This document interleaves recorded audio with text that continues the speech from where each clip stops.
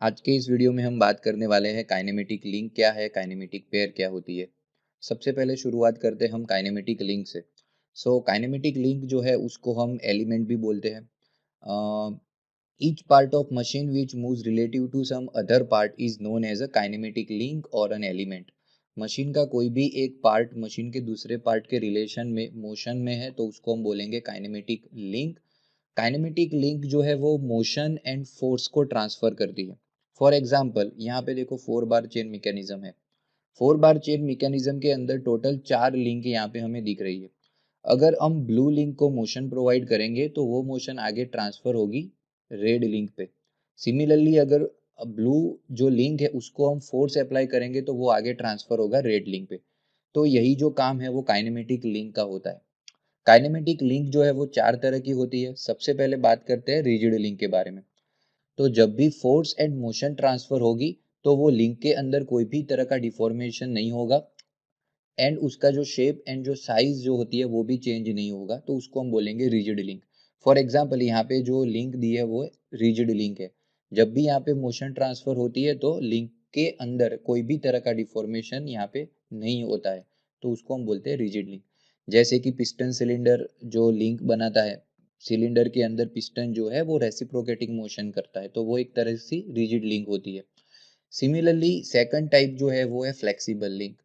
Flexible link में क्या होगा, देखो यहाँ पे एक रोटर है और ये दूसरी रोटर है। दोनों रोटर के बीच में हमने यहाँ पे एक बेल्ट ड्राइव लगा के रखी है, ठीक है।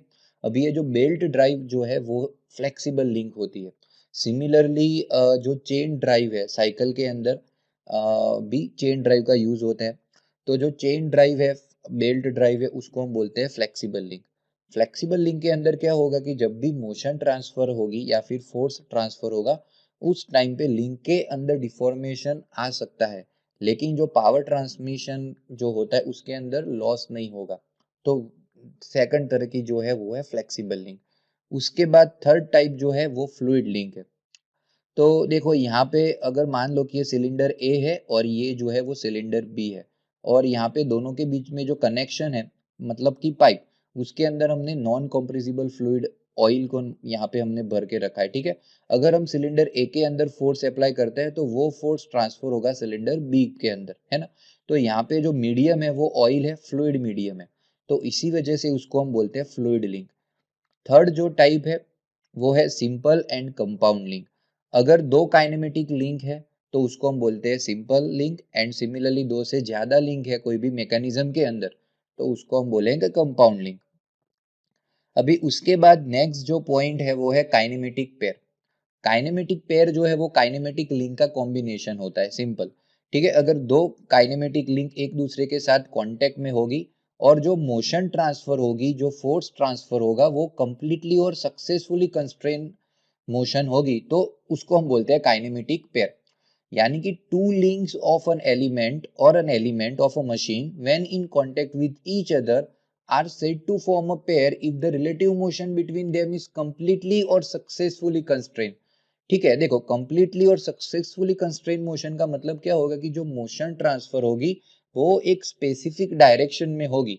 For example piston cylinder arrangement हम देख लेते हैं तो उसके अंदर जो पिस्टन की जो मोशन होती है वो सिलेंडर के अंदर रेसिप्रोकेटिंग मोशन होती है, ठीक है। तो वो कंप्लीटली कंस्ट्रेन मोशन होगी, है ना। तो वो एक काइनेमेटिक पेयर बनाता है। काइनेमेटिक पेयर जो होती है उसको हम 3 तरह से क्लासिफाइड करते हैं। सबसे पहले जो है वो है according to type of relative motion between element. Element element के बीच की जो रिलेटिव मोशन है उसके अकॉर्डिंगली हम उसको क्लासिफाइड करते हैं sliding pair, turning pair, rolling pair, screw pair and the spherical pair, ठीक है।